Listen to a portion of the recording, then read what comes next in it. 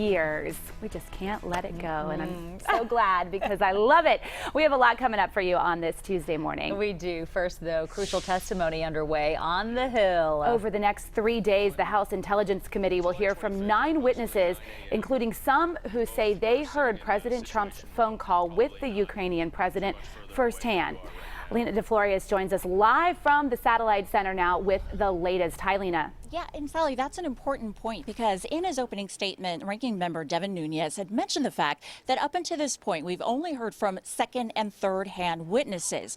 But today, 3 of the 4 witnesses that we're hearing from, including the 2 this morning, were on that July 25 phone call between President Trump and President Zelensky. Now, they have firsthand knowledge about what was said. And 2 of the witnesses have said that there is key information that was omitted from the transcript that we have seen that was released by the White House. Now, immediately after giving her opening statement, Jennifer Williams' lawyer told her not to answer questions about another phone call that happened in September between Vice President Pence and President Zelensky. Now, that's important because about a month ago, we heard from Vice President Pence, who said he would have no problem releasing a transcript from that call. But now that call and its transcript have been moved into a classified category, meaning she couldn't answer questions about that.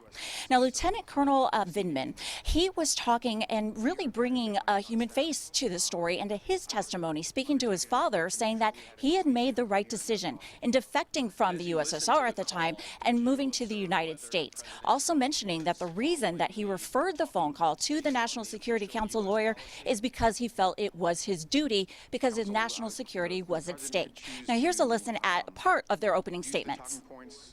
I found the July 25th phone call unusual because, in contrast to other presidential calls I had observed, it involved discussion of what appeared to be a domestic political matter. In the spring of 2019, I became aware of 2 disruptive actors, primarily Ukraine's then prosecutor Yuri Lutsenko and former Mayor Rudolph Giuliani, President's personal attorney, promoting false narratives that undermined the United States-Ukraine policy.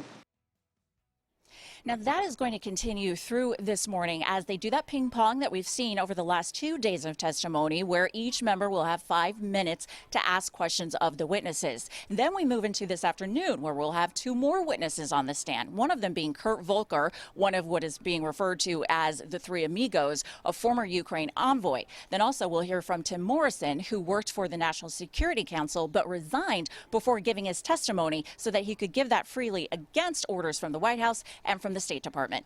Live in the Satellite Bureau, Lena DeFlorias, back to you. All right, Lena, and just a reminder, we'll be streaming